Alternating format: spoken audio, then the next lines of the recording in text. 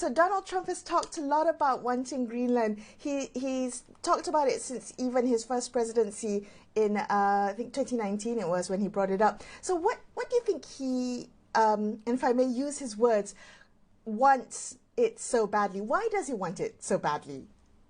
So I think if you talk to defense planners, Melissa, they would argue that actually there's really no need for the United States to fully acquire Greenland by force or purchase it entirely to realize U.S. strategic objectives.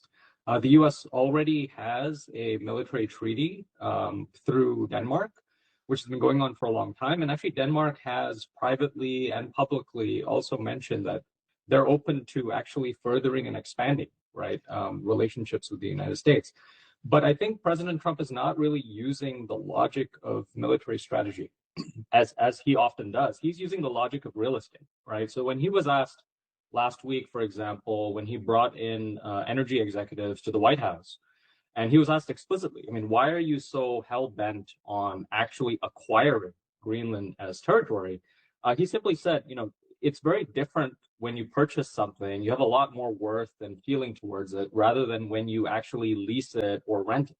So if you use the logic of real estate, that's actually very different from the logic of military strategy or traditional foreign policy.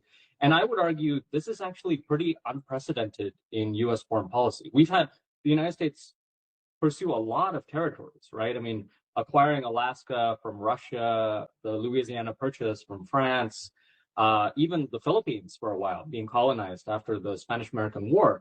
But we've never really had an American president who has pursued expansionist objectives from the perspective of real estate rather than from the perspective of foreign policy or military strategy. So I think if you don't understand that logic, a lot of President Trump's actions look kind of out of step.